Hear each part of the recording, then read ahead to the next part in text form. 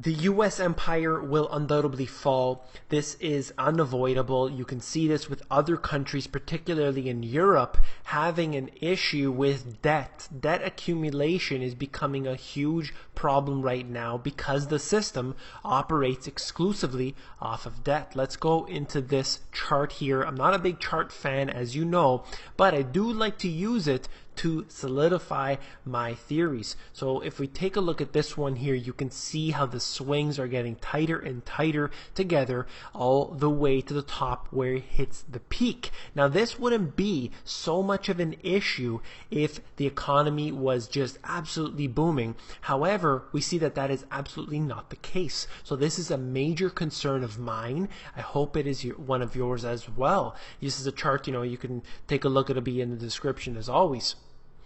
I want to talk to you today about something I wrote in my book, and the Latin American crisis was basically massive amounts of government spending. It became a really big problem with extreme deficits and, of course, high inflation. And then I talked about three countries, Mexico, Brazil, and Argentina. But in the case of Mexico, you had a currency that was practically destroyed.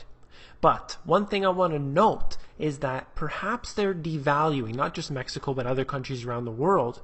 Perhaps countries are devaluing so that they can pay back their debts in cheaper dollars. That is something that we really need to think about. And I believe China is doing this, and they're doing so very well. They intentionally print money to keep the value of their currency very low so that their exports are very attractive. Now, of course, there are many other factors here, but this could be something that you need to think about every time a country goes to print money. With new default looming, Argentina urges calm. They're saying everything is just fine. Have no fear. It's just a default. We've been through this many times before. Not to worry here. And this is a country that has faced already a 20% devaluation of their currency in January. We're talking about fueled inflation and prices up 15% in the first half of the year. That is something that the economy cannot support, the citizens can't support, and undoubtedly this will collapse them, because when individuals aren't buying anything, they're worried about their currency collapsing. They're going to hold on to other currencies, and they're going to take their money and basically spend it elsewhere, not in their own country. And if they do, they're going to be buying real assets if they can find them, and this is obviously going to be a big concern. And this is what we need to look at and use this as a crystal ball to determine what's going to happen in the United States, Canada, the UK, and so on. Huge, massive, if you look at the inflation numbers right here, they're concerned about 41%.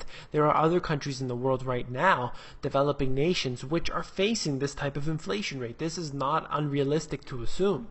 Let's go on. Sovereign debt crisis over, or a Greek tragedy. This is back in 2012, talking about the biggest sovereign default in history. And what I want to warn you is that, sure, Greece is small. They're really insignificant in terms of the total amount of the Eurozone. However, this marks the possibility that countries can default, that countries can fail. And when you own their bonds, you're basically taking a risk. Now, you may think, well, I don't own any Greece bonds. All the bonds I own are American or Canadian or whatever. The point is that all of these markets are interconnected. When Greece was having trouble, US markets were struggling, and that's the way it works. So you see this into the future, and you need to realize, look, we got a whole bunch of countries here that are on the verge of collapse. Of course, this is particularly in Europe, but when you look at the debt problem that many countries have, it's basically everywhere. So why would you hold your money in a system that's connected to this obvious, frail and system like this in the financial sector? This is out of Forbes, basically. And what the point I want to make is that, this is talking about Greece, is that if your income is going down every year, then how are you going to repay?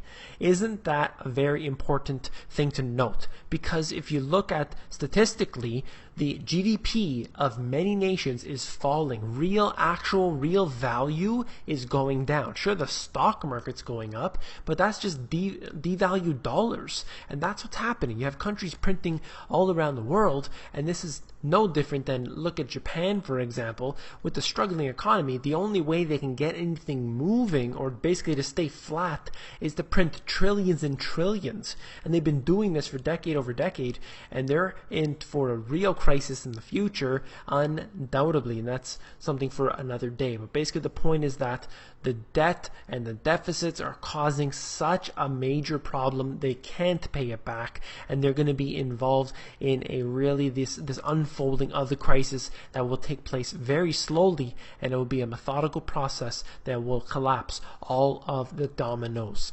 If you like this information, I hope that you'll give this video a thumbs up and that you will become an insider and a subscriber if you're not already. So to become an insider is totally free.